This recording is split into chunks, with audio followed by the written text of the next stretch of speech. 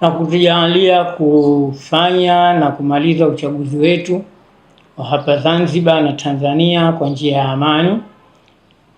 Hili ni jambo la kumshukuru Mwenyezi Mungu, kwa sababu maeneo mengi ya dunia chaguzi kama hizi husababisha mambo mbalimbali.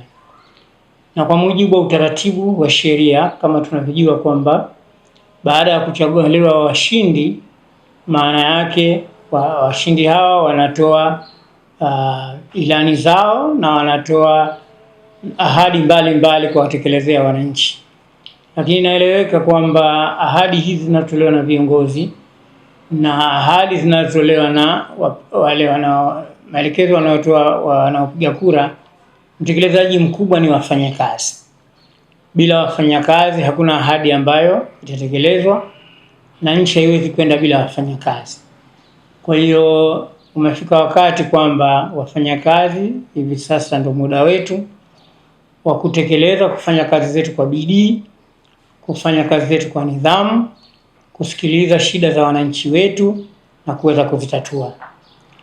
Tunaelewa kwamba haya yote hayawezi kufanyika isipokuwa iwepo amani katika nchi yetu.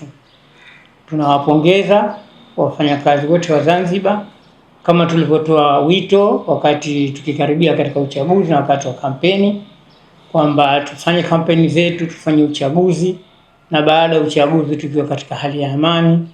Na tunawapongeza sana kwamba kila mtu kachukua nafasi yake. Hadi sasa uchaguzi umemalizika, rais ameapishwa, nchi yetu ikiwa katika hali ya amani.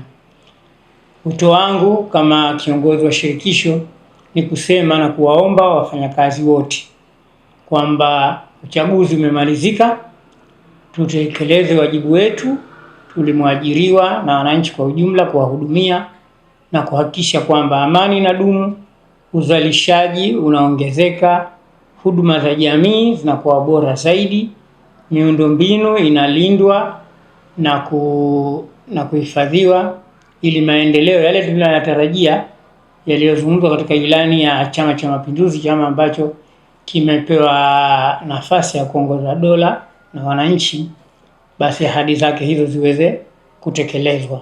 Utekelezaji mkubwa ni sisi wafanyakazi, na kwa niaba ya shirikisho nichukue fursa hii kumpongeza kwa dhati kabisa Mheshimiwa Hussein Ali Mwinyi na chama chake kwa ushindi mkubwa aliopata. Tunaahidi kama wafanyakazi tutakuwa karibu naye, tutafanya kazi naye pamoja, ili maendeleo ya nchi, maendeleo ya wafanyakazi, maslahi ya wafanyakazi yaimarike na maendeleo ya nchi yetu yaweze kudumu vizazi na vizazi.